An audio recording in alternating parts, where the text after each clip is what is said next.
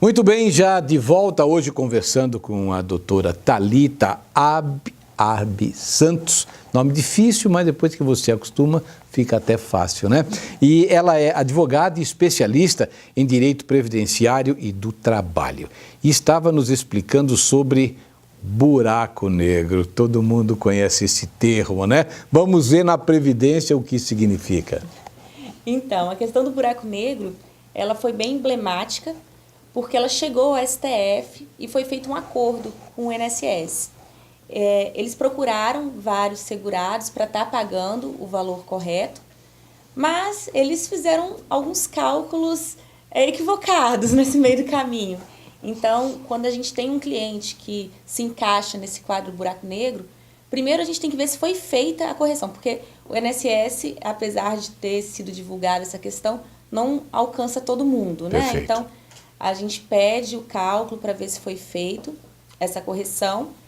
E, se feita, a gente tem que ver se os critérios utilizados foram os corretos. Certo. Porque tem pessoas que acreditam que foi feita essa correção pelo INSS, mas estão sendo vítimas, né, de mais de um equívoco da Previdência. Vamos chamar de equívoco, né? Exatamente. Agora, Thalita, eu quero te perguntar, eu tenho uma dúvida, inclusive de um cunhado meu.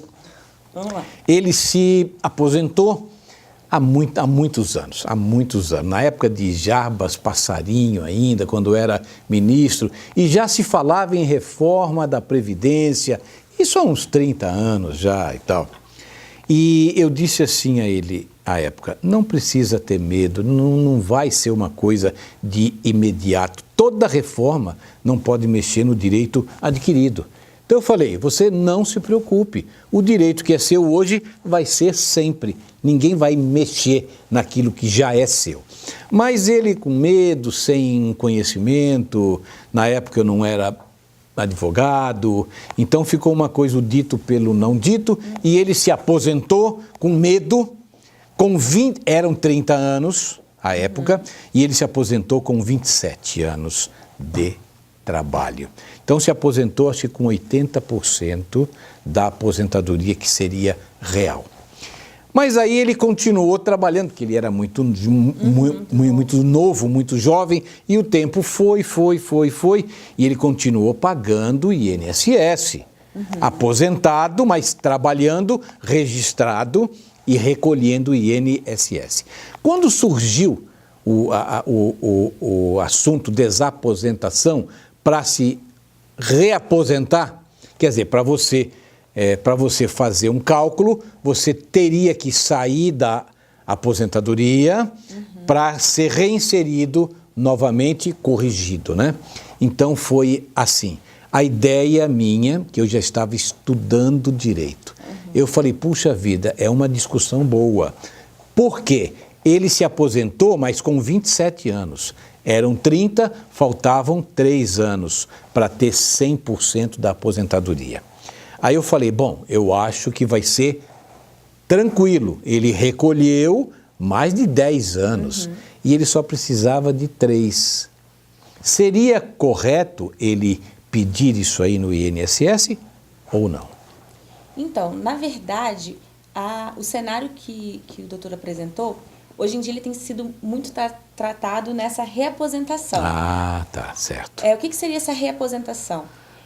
Diferente da desaposentação, Sim.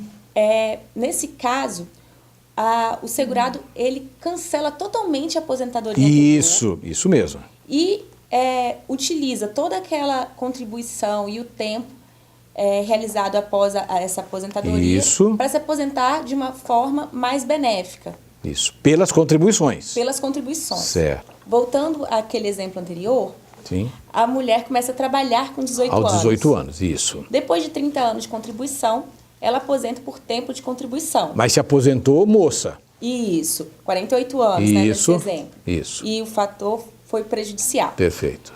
Então, ela continua trabalhando e ela soma aí 15 anos, né, de contribuição. Aí daria a idade maior.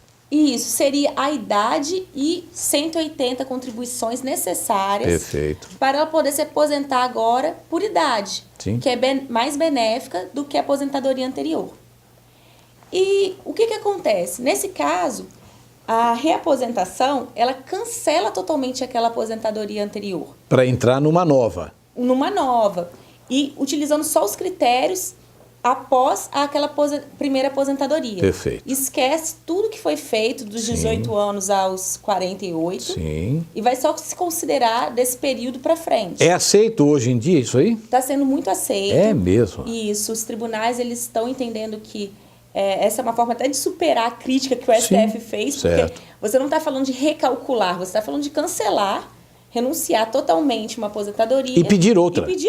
Porque você já tem tempo suficiente. Essas pessoas que nos procuram, né, esses aposentados, eles são muito prejudicados. Tem pessoas que recebem um salário mínimo, que aposentaram há muitos anos, porque antigamente utilizava salário mínimo, né, como referência. Então, a pessoa recebia 3 salários mínimos. Só que por conta da inflação, da mudança, né, econômica, hoje em dia o valor que ele recebe não chega, né, assim, é um salário mínimo só. Eu vou te dar o exemplo desse parente meu, desse cunhado meu. Ele se aposentou com 5 salários mínimos. Uhum. Quer dizer, era uma aposentadoriazinha boa. Hoje daria em torno de quase R$5.000. Sabe quanto ele recebe hoje? 1 salário e 2/3. Quer dizer, ele não ganha 2 salários mínimos. Essa defasagem do benefício... Mas é muito. De 5.000 que ele ganharia, ele passou a receber 1.200 Eu acredito que foi reais. até 99 que se utilizava o salário mínimo como parâmetro, né, para aposentadoria. Mas era mais justo do que hoje, né? Era porque, infelizmente, a aposentadoria não vai acompanhando a inflação e também as mudanças, né, de salário mínimo. Então, acaba que a pessoa que recebia 3 salários mínimos há uns anos atrás, hoje em dia vai estar aí recebendo um salário. Um salário mínimo. E olhe lá. Agora, como é que ela sobrevive, né? É um negócio... A gente tem informações que 2/3 dos aposentados recebem hoje em dia um salário. 2/3? Sim, por isso que a gente tem pessoas assim, com idade avançada. E o INSS diz que está quebrado pagando essa porcaria aos aposentados, não é isso? Isso é uma crítica assim, muito complicada. O governo ele tende a confundir muito assim, o que faz parte da aposentadoria do INSS, que seria o regime geral, Sim. e o regime próprio, que são os servidores. Né? Às vezes a gente pega um jornal, vê uma notícia falando que os servidores não estão recebendo porque está quebrado. E, às vezes, trata-se de um servidor público que tem um regime próprio. Sim. E não da questão mesmo do regime geral, que seria do nosso INSS. Na verdade, existe a ANFIP, que é uma associação dos auditores fiscais da Previdência, que eles acompanham, né, os valores que entram, como que está a questão financeira da Previdência, e eles mostram bons resultados. Eles não mostram esse cenário trágico, né, que estão dizendo que a gente aí, né? lê nos jornais. Mas agora eu também não seria contra, doutora Thalita, que se aumentasse um pouco, sabe? Em vez de X%, aumenta-se um pouco aqui, ajusta-se um pouco ali, mas já que você disse que esse estudo não mostra esse quadro tão ruim... Por exemplo, fala-se muito assim, o INSS está lotado de pessoas encostadas, né? Eles chamam assim, Sim. por conta de acidentes de trabalho. Mas, na verdade, esses benefícios acidentários, durante o vínculo empregatício, o patrão que tem um empregado que trabalha em situação, né, perigosa, insalubre, ele paga um seguro chamado SAT. Então, isso já é prevendo que no futuro ele vai se aposentar em condições diferenciadas. Ótimo. Questão de benefícios assistenciais, o LOAS, por exemplo. Certo. O INSS ele paga, mas o Tesouro Nacional ele ressarce isso. Entendi.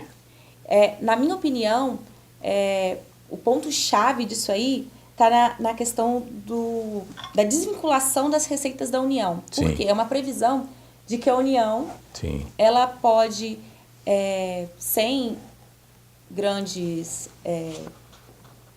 medidas burocráticas, sim.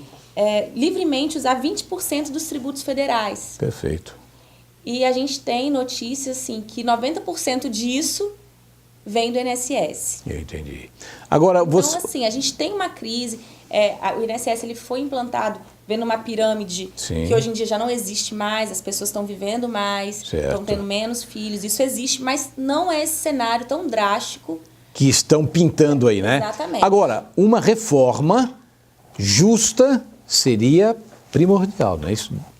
Sim, doutora? Ela é necessária. É necessária, né? sim, porque a gente vê esses quadros muito complicados. Os aposentados Sim. estão cada vez mais prejudicados, né? As pessoas que estão vindo estão evitando de fazer o recolhimento previdenciário, porque já não vêem perspectiva nenhuma de aposentar. E isso prejudica muito, né? Isso, exatamente. Até o interesse do INSS, né? Com certeza. De estar recebendo essa contribuição. E o que a gente vê são pessoas migrando para o investimento, né? Em banco, essas coisas, do que fazer essa contribuição ao INSS. Há muito tempo eu não fiz e não faço hoje, porque eu já tenho a minha renda fora, mas não pelo INSS.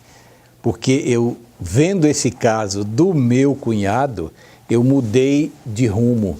Mas eu também. Você também. Então, eu não fiz para me aposentar pelo INSS. Eu construí uma renda por fora do INSS para não depender e não ter defasada a minha renda, não é isso? Para quando eu ficar mais velho, então eu já tenho essa renda desvinculada do INSS. Para isso é muito importante também fazer um planejamento. Perfeito. Hoje em dia tem vários escritórios trabalhando nisso, principalmente escritórios que trabalham com cálculos previdenciários, fazendo esse planejamento. Porque tem pessoas que estão recolhendo valores que eles não vão reaver ao final. Não adianta você pagar tanto para o INSS, porque o teto é pequeno. Exatamente, você cria uma expectativa. É verdade. Mas acaba sendo frustrada no futuro. Doutora Thalita, muito obrigado pela sua visita. Você fala tão bem sobre esse assunto que eu vou chamar você novamente para nós aprofundarmos com exemplos práticos. Ah, ótimo. Então agora eu vou dar uma incumbência para você.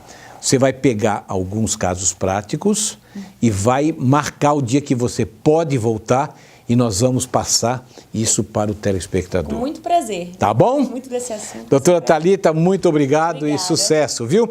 E muito obrigado a você que esteve comigo até agora, muito obrigado de coração e até o próximo programa com fé em Deus. Até lá.